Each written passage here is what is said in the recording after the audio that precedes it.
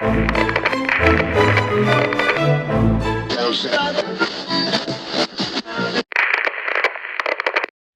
guys, welcome to the lab. Episode 8 of Leon in the Lab starts right now. This week's episode is really cool.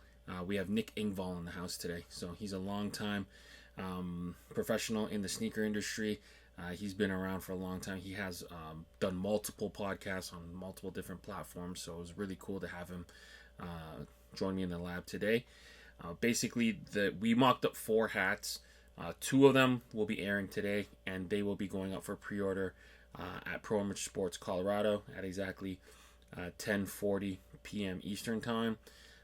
There will be a code that we list at the end of the show that will get you 10% off, and that code is valid for the next 4 hours. The sponsor of the show is PREORDER Sports Colorado, and I hope you guys enjoy this episode. And yeah, we'll be in the comments. All right, we have Nick Engvall in the lab today. How you doing, Nick? Good, man. Thanks for having me on. My pleasure, my pleasure. So, Nick, for those who don't know, you have a pretty extensive background in podcasting. You have Sneaker History, Crown and Stitch, and Exhaust Notes. 3 completely different shows talking about completely different things. Yeah, how did you get started in the world of podcasting? So I've worked in the sneaker business since about 2007 or so. Okay. And the first attempt at podcasting was like 2015. Actually, I wanted to do a podcast prior to that for a couple of the companies that I'd worked for, but I just didn't have the experience. So like it didn't really we never really got the green light for that kind of stuff. And when I left like a job that I was working in 2015, I was working at a Finish Line doing like digital content for them, social, all that kind of stuff. I left the company, and like myself, Jacques Slade, aka Cousteau, big YouTuber, and then my friend Brandon Edler, who was also at Finish Line at the time. We all were like, hey, let's try this podcast thing out. And that was the first attempt at it. We probably did about 10 episodes before like Brandon kind of wasn't allowed to be on the podcast. The people at Finish Line didn't want him working on sneaker stuff outside of the sneaker thing, outside of his day job at that time. And it was just kind of a cool learning experience for us all.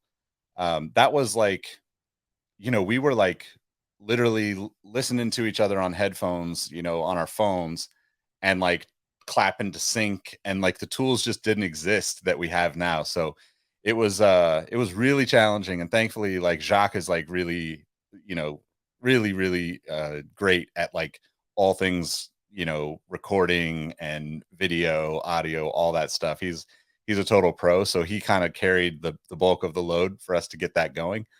But yeah, that lasted maybe, we probably did a few months before we kind of like just had to pull back on it. And then about 2.5 years later, in early 2018, I think, Jacques and I and Tiffany Beers, who, if you're a sneaker person, you definitely know the name Tiffany Beers because she designed the Nike mag. She was at the time like had left Nike and was doing some other stuff, and was just looking for a way to kind of kick off her YouTube channel too. So that turned into probably a year or two of the 3 of us kind of carrying that. That was Outside the Box. So we called it Outside the Box from the very beginning. I still have done like that podcast sporadically throughout the years. Like I kind of once Tiffany and Jacques and I decided not to do it anymore. I kind of brought it back as like an interview series, so I could just talk directly, like have like lengthy conversations with people about how they got to where they are in the sneaker world. Cause the Sneaker History podcast, that is like kind of like the bread and butter, so to speak, of the shows that I've done.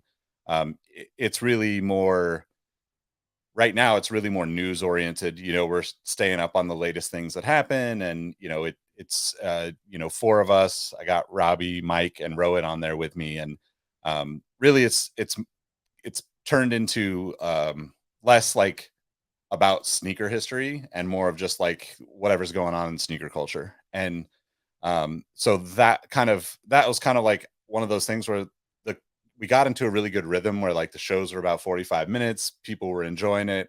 We got some really great growth. Like we started in 2019, pre-pandemic. The pandemic kind of helped us even get, that much higher in terms of listeners, because at very first in the pandemic, we saw a huge drop off because people were obviously listening on their commutes and stuff like that. But as we continued to do it, and as The Last Dance was released and people were like really paying attention to Jordans at that time, our numbers were going up, and it was like, okay, cool. Like this format works. We shoot for 45 minutes or so. Sometimes we go longer, sometimes it's shorter, but like the goal has always been about 45 minutes. And I always wanted to get a little bit deeper with people and like kind of just take the limits off of that. So like I would do some interviews on the sneaker history side, and I would always notice that like people listen to about the same amount. They weren't sticking through like the whole length of the show the way they would on Outside the Box. So like I kind of just like stuck all those interviews on Outside the Box as like hey, this is going to be like if you really want to nerd out, because it was really more about the creators in the sneaker space and less about the sneakers themselves. And that was kind of my way of separating those two things, because you know people that are going to watch this show that you're doing, Leon in the Lab, right? They're going to stick around for, if they're going to stick around for the whole thing, they're like diehard, so to speak. Like we know like Definitely. to dedicate the time to watch these longer episodes is like, a commitment, and they really really like you in order to stick around with it and like what you're doing, right? And then you can have a lot more flexibility with a group, kind of like you guys do with Views from the Vault, right? Like, you guys could drop a 20-minute episode and you'd probably kill it. But at the same time, like if you get enough back and forth, you could go for an hour and a half, Yeah, So easily. so that was kind of my thought process in like splitting those two shows up. Unfortunately, like, life just happens, and I couldn't maintain like the Outside the Box stuff as well as I wish I could have. But I've actually been lining up some folks to come back on and do some more of those like long form. Hey, you want to start talking about creating content, and I know I saw you had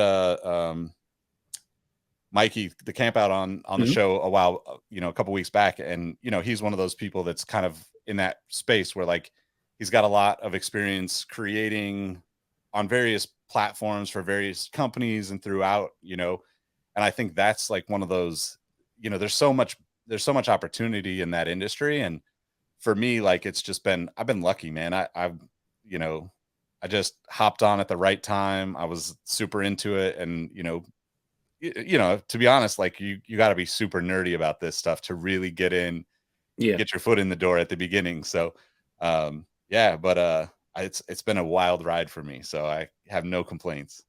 that's so cool. And yeah, we spoke a bit about this off camera, but yeah, really starting your podcast pre-pandemic versus post, where we started all our stuff post-pandemic. We had a captive audience because we were all captive. Everyone was stuck inside with nothing to do. Um, and Yeah. then we kind of work backwards, where you guys kind of focus a little bit more on the audio side.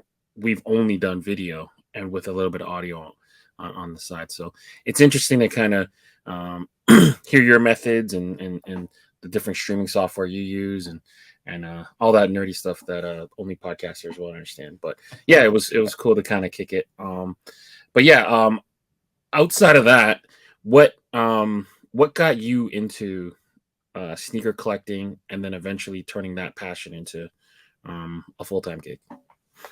So like I have a very similar story to a lot of people. Like, didn't grow up with much money. Hmm. Parents never bought us sneakers. We got $30 a year, and if we were lucky, we might get a brand name shoe. But most of my childhood was, whatever Payless, Kmart, you name it, kind of knockoff stuff. And when when like the like in the like 87, 88, 89, kind of when you started first seeing like Air Max and Air Bubbles and all that stuff. Um, my brother and I used to just draw like sneakers all the time. I'm not a very good artist in that sense. My brother's actually a designer now, and he's incredible at it. But like back in the day, we would take like an Air Max 90 and a Hirachi, or an Air Max 1 and a Trainer 1, and like make our own little crazy version hybrid of those shoes. And my mom probably still has some of those like sketches that we did, back in the day, because like we just killed time. We lived up in Oregon at that time, and you know, it was raining all the time. So like we weren't outside the way we were, like the way a lot of people might think of it as kids. You're like, you're stuck inside. You got to have something to do. So my brother and I would just like, we had this little crazy like crawl space attic where we just kept all of our baseball cards and all of our, drawings, and we just sit up there for hours. And that kind of just was like the beginning of the obsession. Like uh like a year or so after that, like I convinced my mom to basically give me $60 so I could get a pair of Nike Ultra Forces. It was like the first Nike Air that I ever got. And but I had to promise her that I would wear them for 2 school years. And you know, people that have heard me talk about this know like it was like the worst smelling shoes ever. Like you're a kid, you're skating in them, you're playing football in them, you're playing baseball in them. And I was like, I was doing everything, I was playing basketball in them and like, Yeah. uh, and it was one of those things where like I glued the holes, like once they wore through, I just glued them shut. I like painted them over and over again. I remember my mom taking me to a craft store to try to match the gray on the shoes. I was just like obsessed with it. And like at that time too, it wasn't like you had, now you can get all sorts of stuff, right? You can get Angelus, paints, and you can get like really high quality stuff. Back then, like the only white you were going to get was like a shoe polish, right? So you were like, I was basically like squeezing it out of the shoe polish thing and then trying to spread it evenly across the toe box so I could go back to school and have them look fresh. But it was cool. I at the time I probably was, a little self-conscious of it, like we all probably would have been, because it was like, oh, it's not as cool as the kids that got the Jordans and that. But in hindsight, it was really dope to like, kind of set me off in the direction and like having me pay attention to it, because from then on, like it was like East Bay catalogs, Slam magazine, anywhere I could get sneaker information and pictures of stuff, I just wanted it. And we used to. So I have three step siblings, two younger stepbrothers and a stepsister, but lived together all my life. Like they're tried and true siblings to me. But one thing that was always funny is we each individually subscribed to East Bay to get the catalogs, and then my mom subscribed as well. So there was one extra one in the house, because we would all circle our stuff and be like, this is what I'm getting. And then if somebody circled one in your East Bay catalog, oh man, it was, we were fighting over it, because it was like, don't be circling your stuff in my catalog, like. So my mom was like, we're just going to get an extra one, and we'll have one, like in the upstairs bathroom or Kids, yeah. whatever in the house, like just stashed away that nobody could write in that one. So, yeah, just, I don't know, man. It was one of those things, perfect timing kind of, between like Jordan and, Agassi. I saw Joe R on the show, and like, Agassi is a huge influence for me.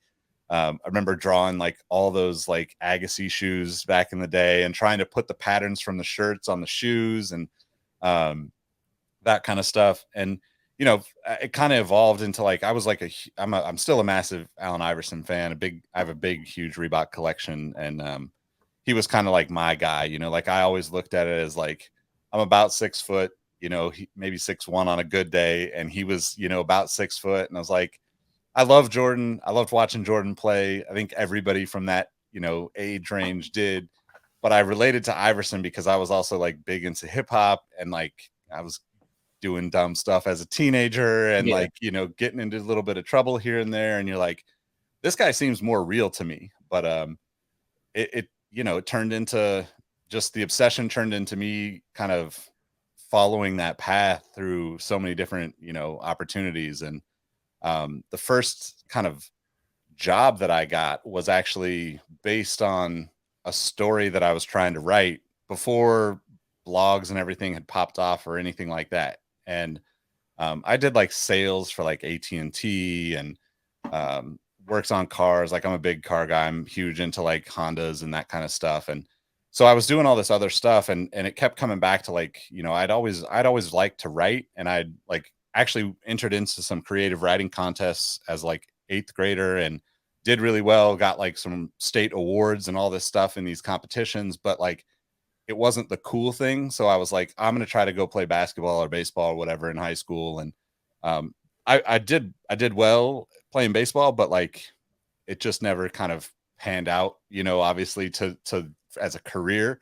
to get into sports. But then sneakers kind of was always the thing that I was still paying attention to, still obsessed with. It expanded into like, especially in the late 90s, it expanded into, all sorts of skate shoes, basketball shoes, the Griffey line, there's just so much and so many directions you could go. And for me, it was always everything. It was not like I only care about the swoosh, or I only care about, Adidas. Like I was just super obsessed with it. And I would just hunt down all sorts of weird stuff that most people didn't care about, but I was like, oh, this is interesting. And sometimes I would just get shoes just to look at the cushioning inside and stuff like that. So, but yeah, that kind of obsession just never went away. And then thankfully, after a few years of doing a bunch of stuff that probably didn't make a lot of sense for me career wise, um, my my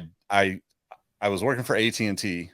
My dad ended up having a stroke, and it kind of sent me off track from where I was going, because AT&T is like great corporate job. I was doing sales, making good money. It wasn't a lot, it wasn't like hard work, right? It was like I was good at sales, so like I made pretty good money. But when my dad had his stroke, he had to kind of reset his business. He was doing consulting stuff and teaching small businesses like how to use the internet. This is like in the, like mid to late 90s. And he basically, like in the early 2000s, when he had his stroke in California, they force you they basically take away your license for either 6 months or a year. Unfortunately for him, like the situation, they took it away for a year. He was basically like, okay, how am I going to get to all these places, to keep my business going, the classes that he's teaching all over the Northern California. And he had lined up a partnership with eBay, so he was teaching classes for eBay for like, this is like maybe like 2003, 2004 or something. So like really kind of the start of eBay becoming like a big thing, and like people really looking at it as like, wow, I can actually create a business here. And for me, it meant like, okay, like my dad's business, like I'm not really into the job at AT&T doing sales, but I basically was like, okay, I'm going to quit the job. I'll just work for you like part-time, and then I'll drive wherever you got to go, so you get to where you need to go to get that other, those other opportunities. And doing that, love you, Dad, but doing that, day in, day out, and going to these classes he was teaching got pretty boring. So I'm sitting in the back of one of the classes, and I'm just like, you know what? I haven't written for a while. And I was like, let me just start this story on how I got into sneakers. And I started writing, and like that kind of evolved. And I didn't finish it because, the classes are an hour or whatever. And I tried to add to it each time. And this is before like, like, I don't even know, like I might've had like a blog spot account or something, but I wasn't putting anything like that on the internet. I was like, here's a picture of my shoes or a picture of a car, or, whatever, back then. And, yeah, so like in like 2000, I want to say like 2007, I, moved to Austin, Texas, and I was actually about to start a job. I think it was like Circuit City or someplace like that. I was going to do like car alarms and stereos and all that, because I'd done that for years, and they were hiring out there. Was supposed to did the interview, went cool, like, but I'd basically taken like a backpack. In all honesty, I kind of fell in love with a girl, chased her out there. Like I was like, okay, I took a duffel bag and a backpack, like left most of my stuff here in California, in Sacramento, and got out there, and I was like, okay, well, I got to figure out how to get a job, so like the first week I was out there, that was like the default. Lined up a job, was supposed to start on Monday morning. And back then I didn't have, this is like big brick Dell laptops. This is like the era of like Yeah. your hard drive was 20 pounds, if you took Yeah. an external hard drive. So I didn't have an expensive laptop. I used to take all of my like writing, all of my photos that I'd like uploaded, and you're getting them like processed at like, the store, and they're giving you Yeah. floppy disk back. So I used to take everything off the laptop and put it on this hard drive that I bought, because I couldn't use the laptop if it got too much memory on it, and it just like would freeze up on me. So I moved basically everything off of the laptop, put it on the hard drive, and I didn't even bring the hard drive to Texas when I moved. I was like, this thing's too heavy, I'll come back and get it. But I moved my story about sneakers and Jordans specifically You know, like it was really about the Jordan, the True Blue 3s and the Military 4s are like always my favorite Jordans. You know, when those came out, it was like, it like just totally sent me obsessed because nobody I never saw those in person, you know, like everybody had the Bulls colorways back then when Yeah, the yeah. originals came out. So I was just like, oh damn, there's blue versions of these out there somewhere, you know? Um so I moved that onto my hard drive, and then I basically was like, I'm gonna finish this story. It was like my goal, because like the girl that I was with at the time, she was like, you really just need to get back to writing. You like it, you're good at it. You know, I'm thankful, like had some terrible times with her, but like I'm thankful for that aspect of my Yeah. relationship and how it kind of pushed me a little bit to get out of my comfort zone. So Sunday night, I'm sitting there and I'm like, I got to look for something else. You know, like this whole like car thing is not working out. Like, you know, it's fine. It's a job. It'll pay rent. But like, I really wanted to do something that I was passionate about more so than, you know, work for, you know, like I could see the writing on the wall back then, right? Like these, you know, big box retail stores were going away. Those were the easiest places to get jobs for me at that time. And so like it was like about maybe like 12:30 at night, and I'm scrolling through Craigslist, and there's a thing that's basically like, hey, if you know sneakers and you know how to write, or if you know how to write, and if you know anything about sneakers, you should apply. You know, we're looking to expand or whatever. And turns out it was Nice Kicks. It's the first people that got hired at Nice Kicks. So 12:30 a.m. Sunday night, I'm like, I gotta apply to this. And I'm supposed to start the new job at the car at the I think it's Circuit City. I can't remember if it was Circuit City or Good Guys. You know, it's like all those guys at Best Buy were all very Yeah. similar back then. And basically sent like the unfinished story, and I was like, look, this is who I am, this is what I want to do, I think I'm meant to do this job, and you know, like here's my resume or whatever. At that time it was like, yo, I'm doing sales and whatever. Yeah. It's not relevant to like sneakers at all. And thankfully like Matt, you know, from Sneaker History, I mean from Matt from Nice Kicks, basically emailed back like within about a half hour and was like, hey, come in tomorrow, let's do an interview. And I was like, okay. So you know, I definitely thought about like, okay, is this this isn't guaranteed, but like I felt so strongly about it that I was like, okay, fuck it, I'm not going to go to the job that I already had lined up. I went and Yeah. interviewed, they gave me the job.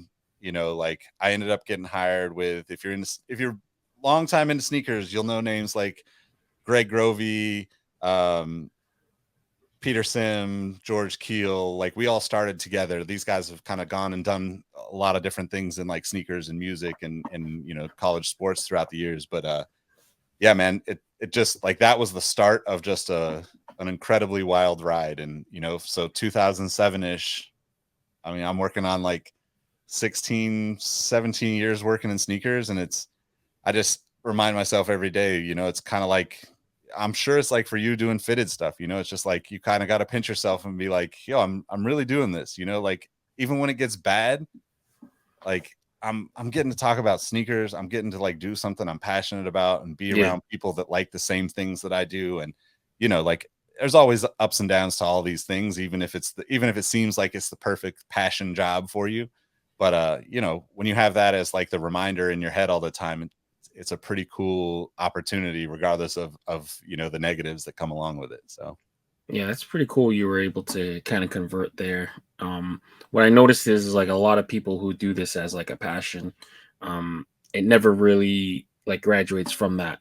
You know, like I'm talking more so about people who are in the content creation for sneakers, and I almost feel like guilty sometimes. Like I get to talk about hats, I get to be in hats, get to interact with the stores. Like the world is not that big in terms of the fitted world if you compare it, you know, hats to yeah, sneakers. And yeah, like you know, we get we get to, you know, play with um the canvas, which is the 5950, and we get to make stuff and talk to stores and have it release. And someone can go years doing stuff for sneakers and never sniff a collab. Like we're seeing it like uh, we're seeing the door open a fraction of a millimeter. I mean, like it started with like, you know, Drake, Kanye, Travis, like non-athletes getting like, Yep. deals.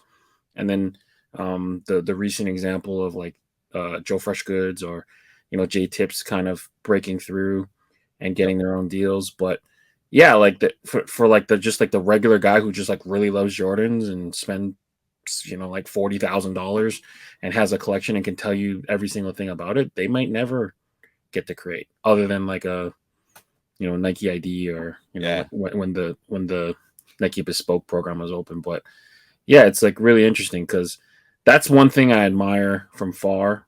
Like I wouldn't consider myself a sneakerhead. Like I collect Jordans. I like to wear stuff that he wore. Most of my collection is GR. Like the rare shoe I probably have is like a OVO 10. But Yeah. yeah, there's like levels to this, and I kind of see guys like you and even like Greg from the Sneak This and George, and like they just put in the work, they put in the pain, and sometimes it's you know that's all you get. Like Yep. you get the product and you get to speak and you get the content. Like that's what you sign up for. But like sometimes I feel guilty looking from far away, being like like that's all you could do is talk about it. Like it's so much to do on the other side. So it's interesting to kind of get your perspective, and it's kind of cool to hear you turn it into a career. So I admire you for that.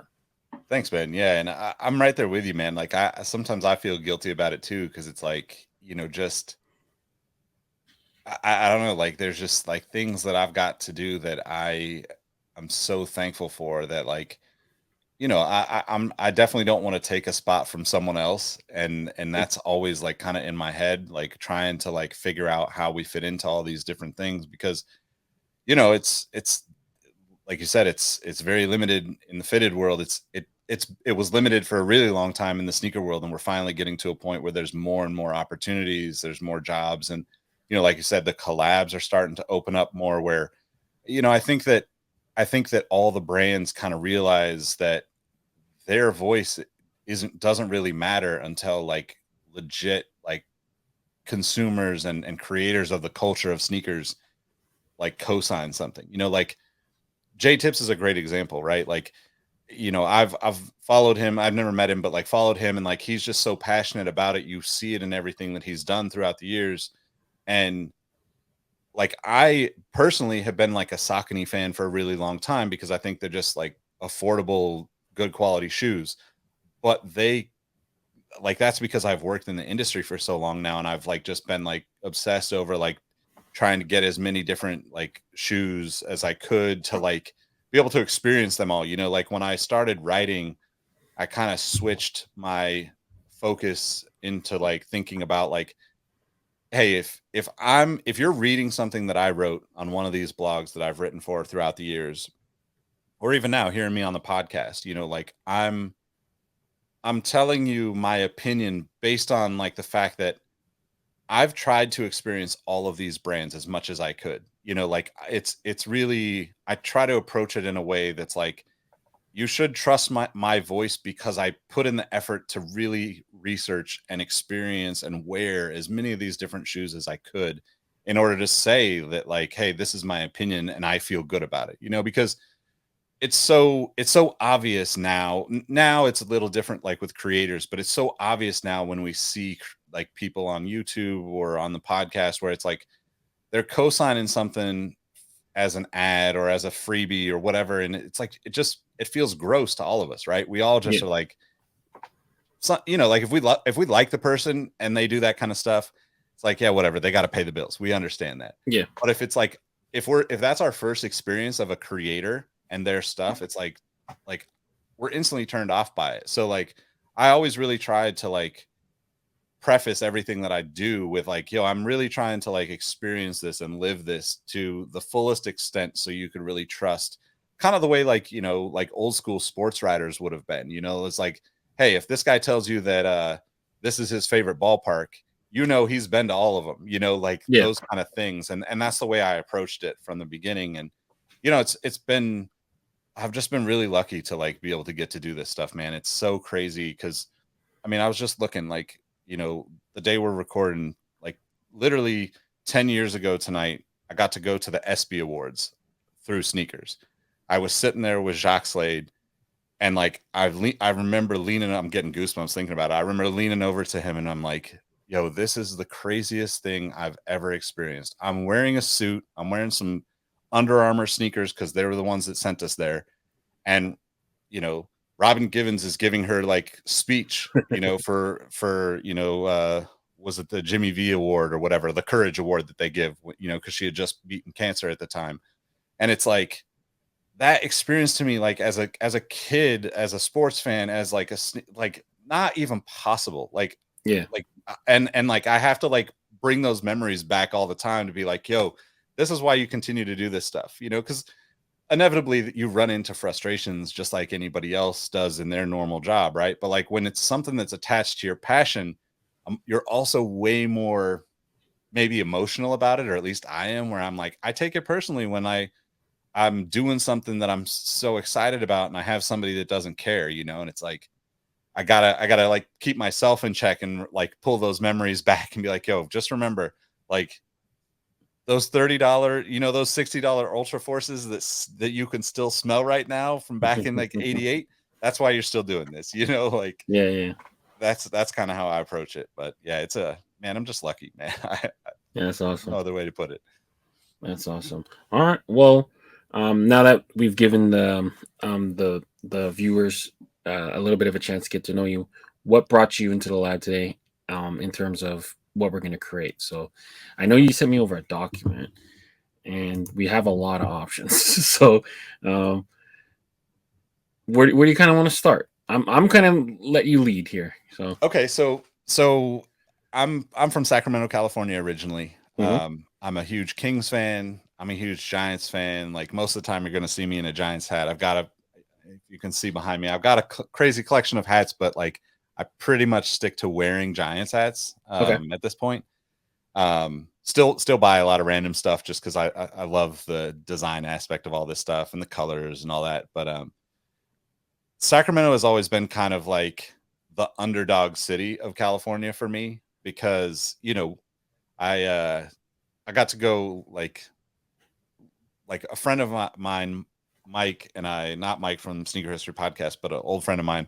We lined up to get tickets to go to, the Game 5 Lakers series in 2002 before the whole like controversy of, refs cheating the Kings out and all that stuff. And it was like the craziest experience of my life, sports wise. Like until the Giants won the World Series like a decade later, like that was like the most unbelievable thing I'd experienced. But it always like kind of hurt that there's this narrative around Sacramento being like a cow town or whatever, and like like all these different things where like I always felt like, man, like if people actually took the time to like give Sacramento a chance, they would realize how really awesome the city is. And I know that it's smaller than, LA and San Francisco and, might be a little bit hotter, but it's like there's just a lot of cool stuff. So I kind of put together a list of things that like were really important to me growing up and the places that Mhm. I would hang out. Um, and then kind of put together a list of teams that I think are kind of relevant to this conversation that, maybe some of them work, but yeah, I think like thinking about like the kind of like the three most important things to me personally. Tower Records, as somebody who wanted to get into writing for magazines all my life for the most part, like I would go hang out there for hours at a time and just be, flipping through magazines. I used to write down people's, like I used to take a post-it note, write down, or a notepad, write down people's names like that were writers and try to research them online because back then like not everybody had like a website on their magazine or in their advertisement or something. So I would go and like try to research these people and try to like make connections with them and get to know what they did and just try to like figure out like how does this person get to do something that to me was so cool. But Tower Records is like one of those like Sacramento staples. Like people will know it outside of Sacramento. It's still in Japan. It still exists in Japan as Tower Records, but it's kind of a different company. Once the company folded in the US and like I don't know when it was, maybe 2006, 2007 or something. Um, it shifted and the Japanese licensing kind of carried it on there. but all the stores closed down. But the original was in Sacramento. Like there's big ones in San Francisco, in LA, Hollywood. But the Tower name came from the Tower Theater, which is one of the photos that I kind of shared with you. And yeah, I thought that was just a cool, like, you know, they always had the saying of like no music, no life. And that was kind of like, you know, like I just was super into that and just kind of became like a diehard fan of that company for a long time throughout my teenage years and early 20s. Yeah, it's got iconic colors, and I'm looking here from the picture that you submitted. That kind of infrared and volt. I know that makes a lot of people nervous, but I love those colors. Yeah, yeah, yeah. I saw um, that and I was like, man, that could be something. yeah, yeah. All right, let me. So it they did exist in San Fran. Yeah, definitely existed in San Fran. Well, the biggest one in San Fran is actually a Rite Aid now, unfortunately. But yeah, it was a big deal in San Francisco, and I kind of have like some family connections to like a lot of family and friends like actually worked at Tower Records and at a couple other record stores throughout that era.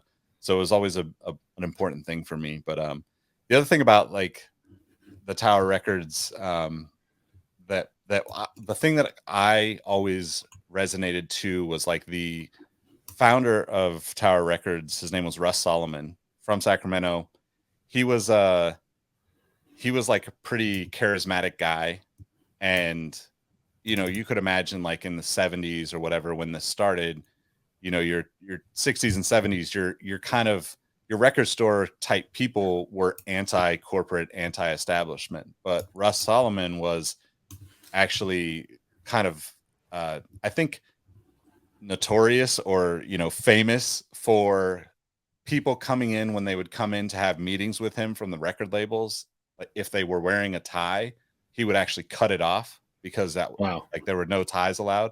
And you know, it probably started as like a joke or whatever, but like it became a thing. So like people would actually wear ties in and have them cut off, and like he had like a whole wall of ties in his office throughout the years. And I always just appreciated that because like I just, as much as like I've worked in corporate America off and on throughout my career, I've always fought against a lot of the kind of status quo that exists for corporate America, you know. So Yeah.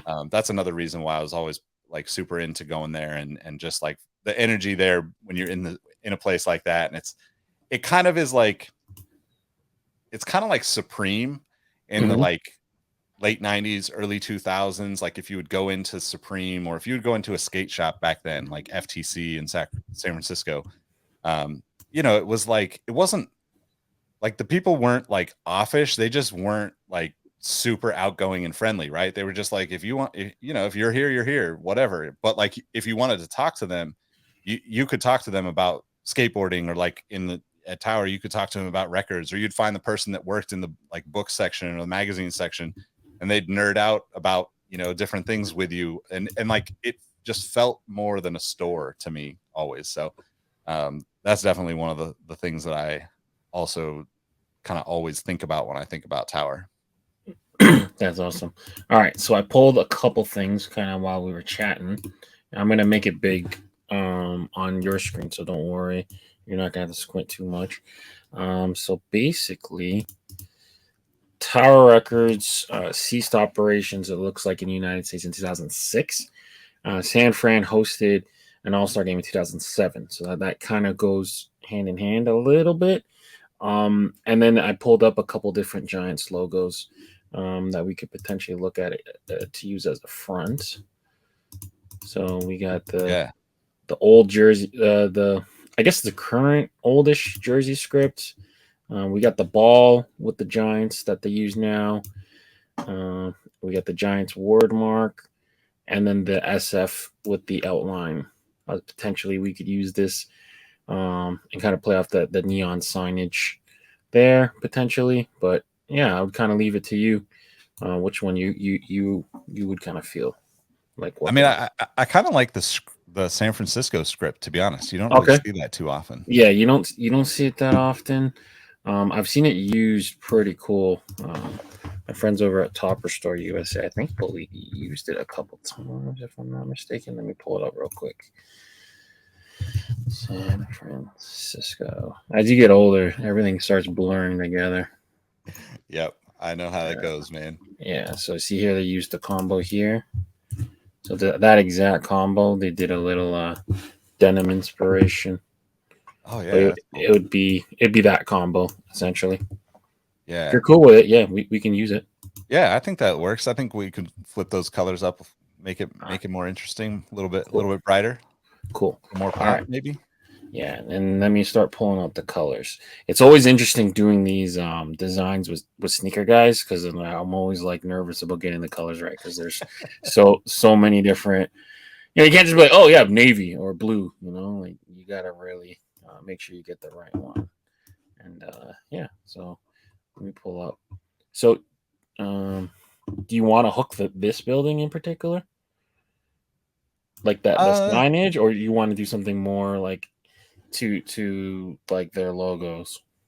I think that building could be cool. Like that's the like the OG tower, cafe, movie Mhm. theater, and record store all in one. So, um, like that was definitely one of the options. And then like the other thought that I had when I was looking at all the photos, their colors were always the yellow. Their signage was always the yellow with red, which is kind Mhm. of interesting. I don't know which one would work better, but kind of open to your direction on the colors, to be honest. All right. So the way I was kind of having envisioned, okay, like I'll show you where my head's at. So I was thinking pulling like the neons.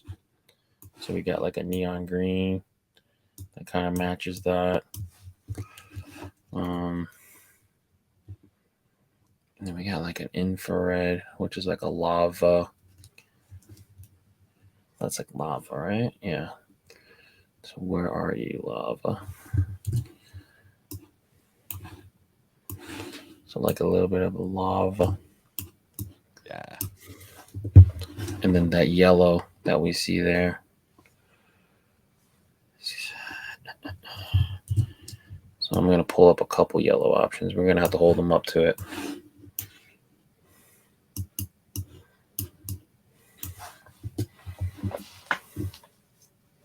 Maybe like an ombre gold. Yeah, I think so. Yeah. I think this is going to be a fun little hat. So we can make it so that the hat is either the building color, which looks like it's like a white, or we can do it like black as if it's in the nighttime. Like for the hat, I Yeah. mean. Yeah. So What do you think which of those, I mean, obviously it's probably gonna, I prefer black, I think, but mhm. if you think that the white or like, even like a off-white kind of more cream colored base or oatmeal type base, with those colors, I guess my question is, do those three colors, do you think they'll pop enough on the black? I think they'll pop on the black. They won't really pop on the white. Okay. Okay. Let's I do the think. black then. Yeah. All right. So let's color the hat first. The Giants, do they ever have an orange button on the top of their hat? They do sometimes, right? Yeah. They have, I don't think they have this year, but But they have had it in the past, yeah, right? because they do they'll do like an orange bill, orange button, Mm-hmm. and then they'll do like the all black. Okay, cool. Yeah, most of mine recently have been black. See if I got them together. The problem is when you're buying this stuff, it always seems like a good idea to get the black, and then when you get home, you're like, why do I have so many freaking black hats? It happens with everything because everything just looks better Yep. in the black. I feel like. Yep. Well, and you know how it is too. Like we have to like force ourselves to get like super nerdy to like justify not buying things now, right? Once you Mm-hmm. get to a certain level of hats, you're like, do I really need every single side patch on a Giants hat?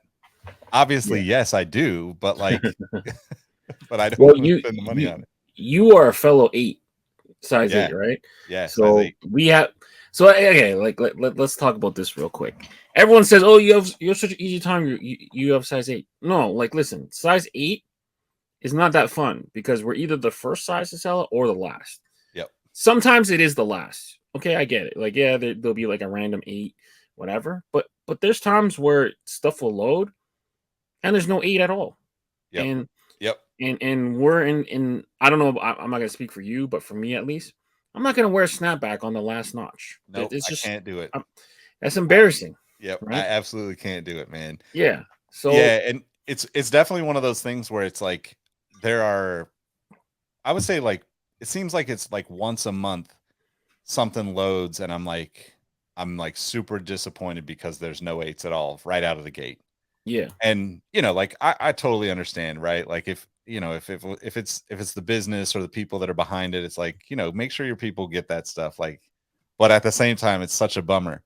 I will say, like, there's been a couple of times where, like, specifically in store, like in the last year or so, where I've walked into a store, you know, kind of the main stores, right? Mall stores and stuff.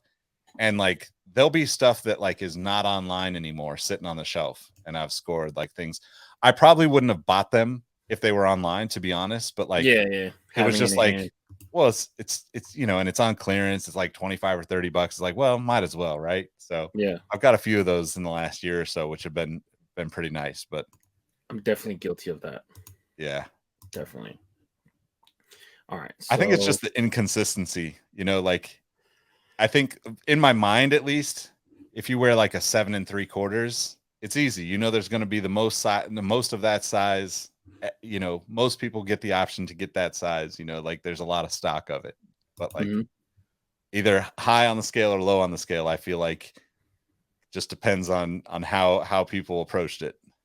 yeah. I'm looking at this. All right. So there's only one outline. So I was thinking doing that green. Oops. Doing the green as the fill, and then having this lava as the outline. Hold on a sec. That looks disgusting. Um, so it kind of look like that, Yeah, and then for the patch, man, I dig that. yeah, this is like funky. This reminds me of like Upper Playground, Huff, I was just gonna all say that like stuff. upper playground. Yep, Yeah, 100%. yeah,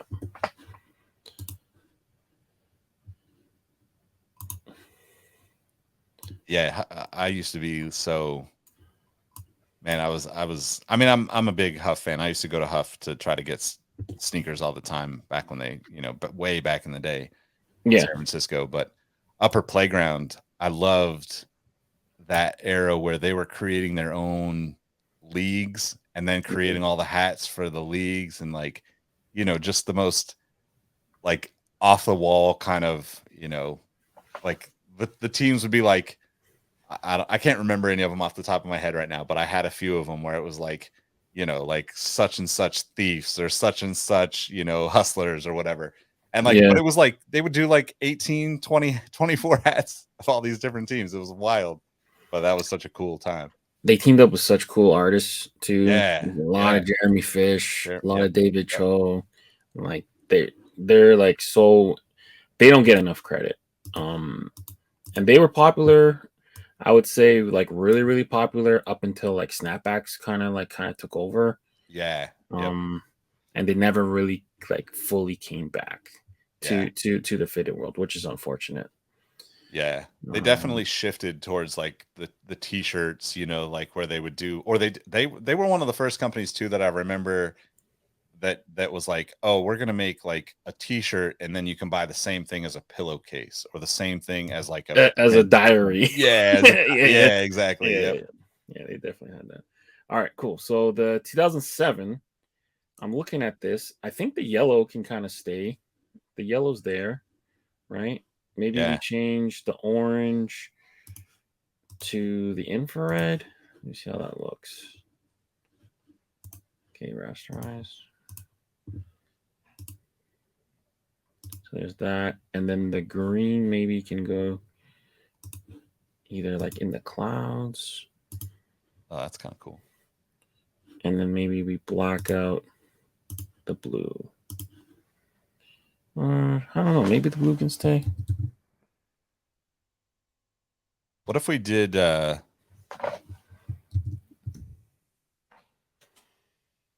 What if we did the kind of infrared? I don't know. It might be too busy doing the infrared. I was gonna say doing like the neon green and the infrared, like the clouds green and then the blue as the infrared again. We can try that. So the clouds green, and then the infrared as the blue. Yeah.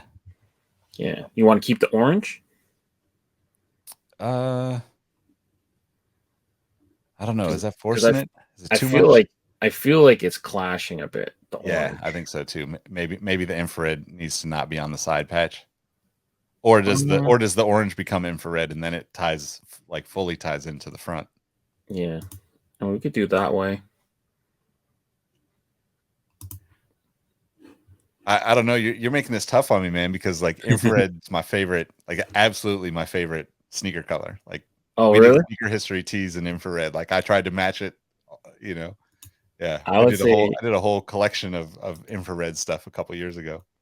infrared is just such a fascinating color to me because it can look different from whatever angle, and Yeah, like depending on the lighting, it can be completely different. And I don't know. I'm not scared to wear it. Some people are for yeah, whatever I like reason. it, man. Yeah, I like it a lot. Yeah, I mean, this looks pretty cool the way it's kind of coming along. One thing is maybe we make the white silver to kind of like just really punch in Oh, the that'd be color. cool. Yeah, Oops. And we just make like this silver. yeah. So that even kind of has almost like a little bit of that infrared 90 Air Max 90 gray, those Hmm. shades of gray with it too. It kind of looks very similar too. Yeah, Yeah, that's pretty cool, man. I like that.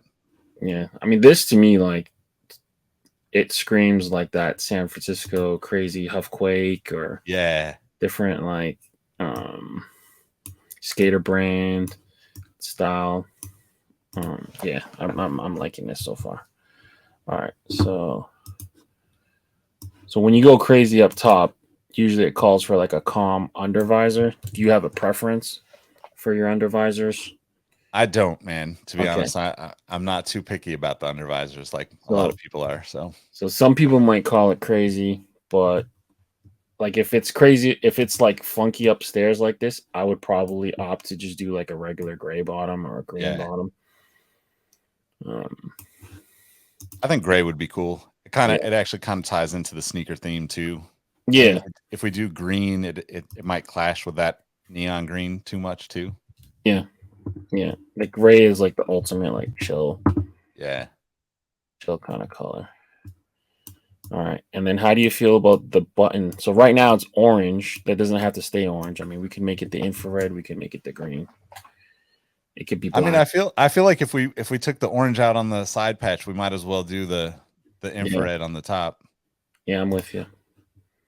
I know people might be little opinionated about No, I like it. This is the button, funky. but All right. So I'm gonna take this and make it into the 4 view, which give me a second.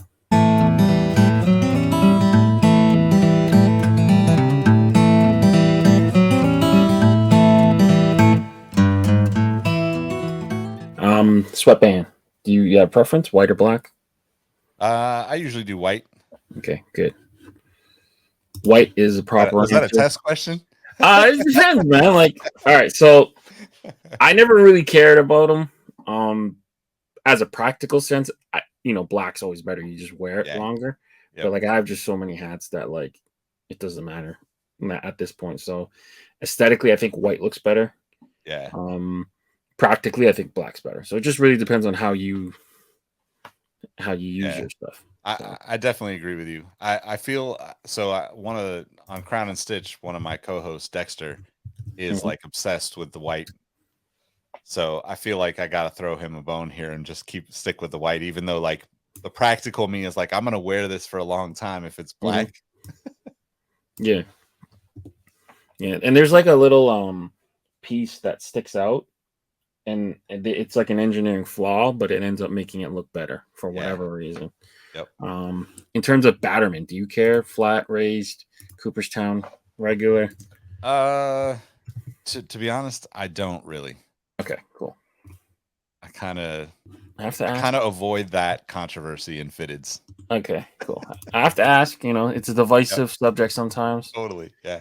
How would you color this? Would you want to do Harman Killebrew here in black or white, or because this is what it'll look like, black, and then we can take the red and make it red, and the green and make it green. Yeah, maybe we do that. Let's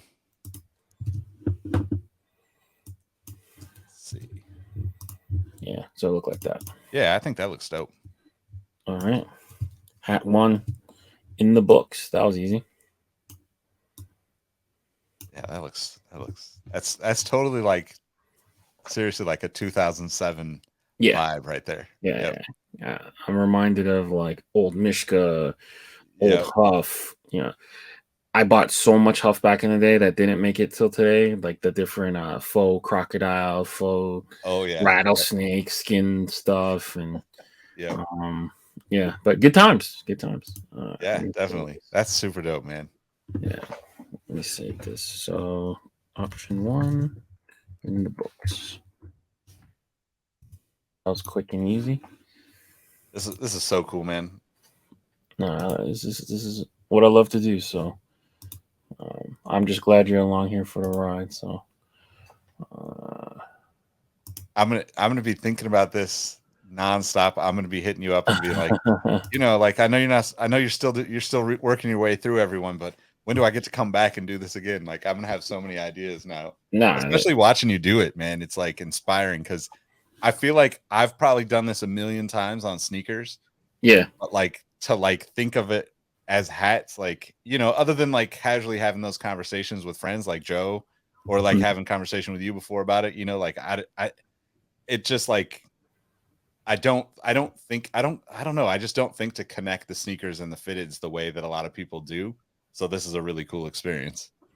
I think a lot of that stuff comes from sneakers though. That storytelling aspect with like dunks and shattered backboard and all these like little stories that are just told by people and not having like the companies kind of like tell the story for you. They just kind of put it out there and then let the community just kind of build it. I think the hat world kind of evolved with that kind of like mentality a little bit, and like I don't think hats really took off again like post pandemic until that kind of was brought back. Whatever. I mean, I think if you did the baseball one, if we did Solons again, I think having a script at the front would be really cool. And then the ball on the side, we can make it orange to represent the ball. So here, let me show you what I'm thinking. All right.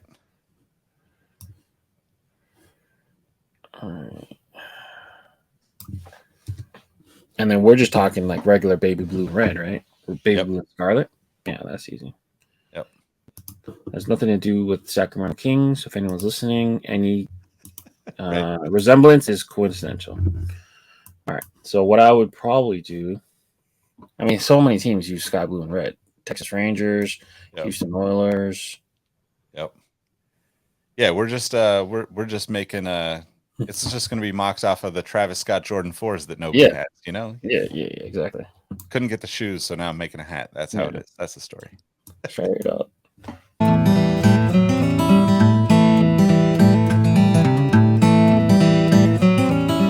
It's so simple, but it's so good, man. It's like, nah, you can't go wrong with sky and red. It's just like cheat code. Yeah.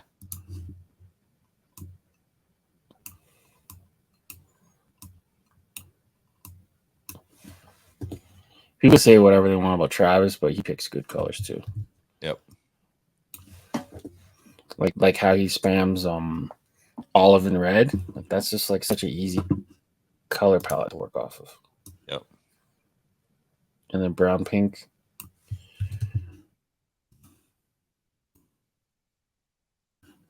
I mean, I think the orange might clash. That might be a bad idea.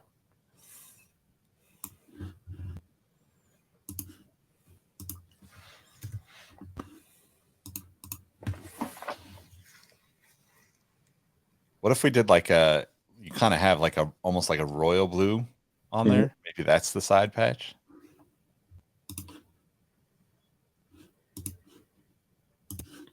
I do like the idea of the orange, but I do think you're right. I think like especially with the red bill, the orange is going to look a little off.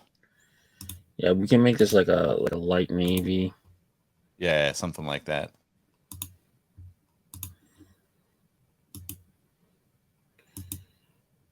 And then make this like a silver. I really like the idea of it being kind of metallic because it's one of like a plain. Yeah. So not quite silver, but aluminum is like a lighter gray. Okay. Or even metallic blue can work too. Let me pull up metallic blue.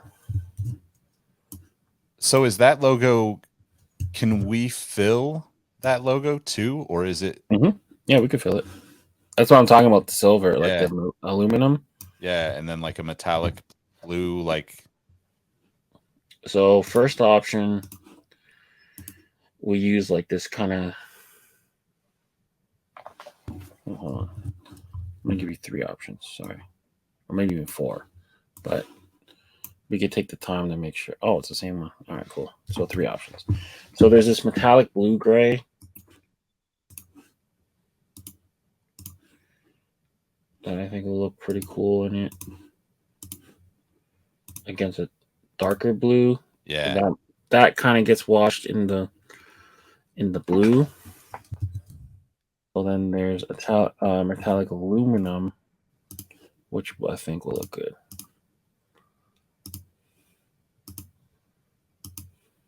Right, come on. And then we could pick like a metallic blue, so the whole thing just shines. Yeah. I like that idea.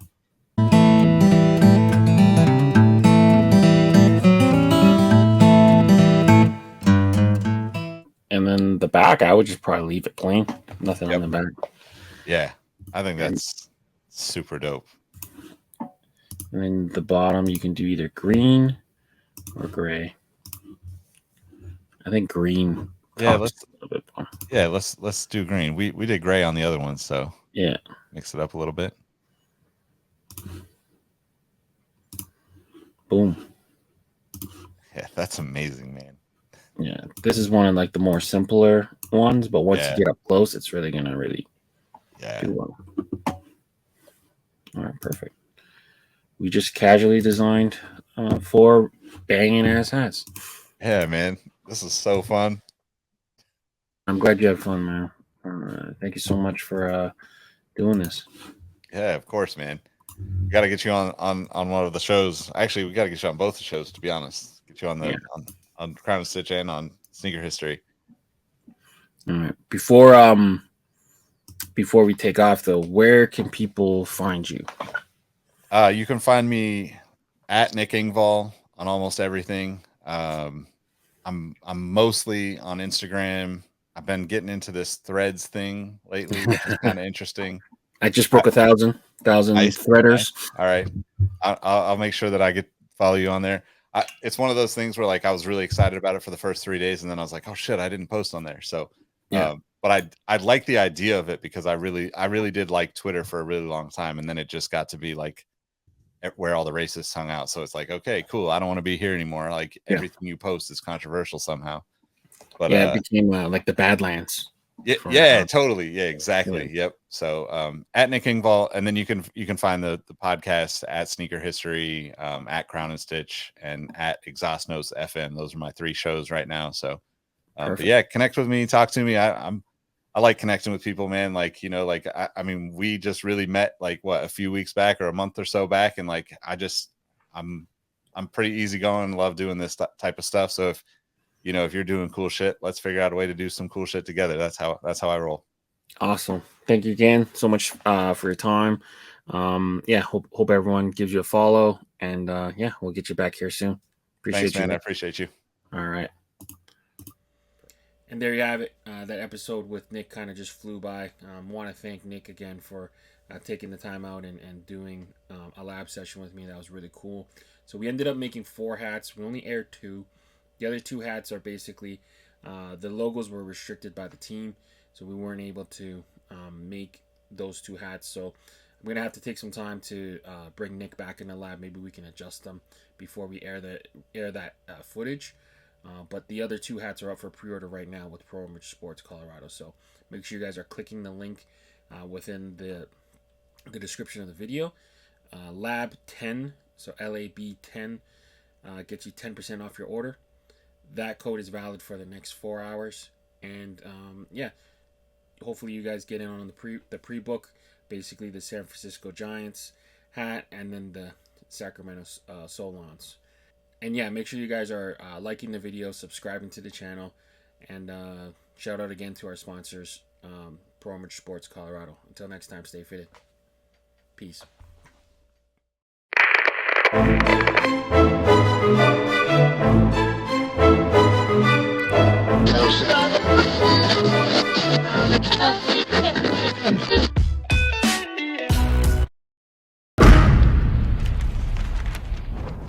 Brought to you by VFTV.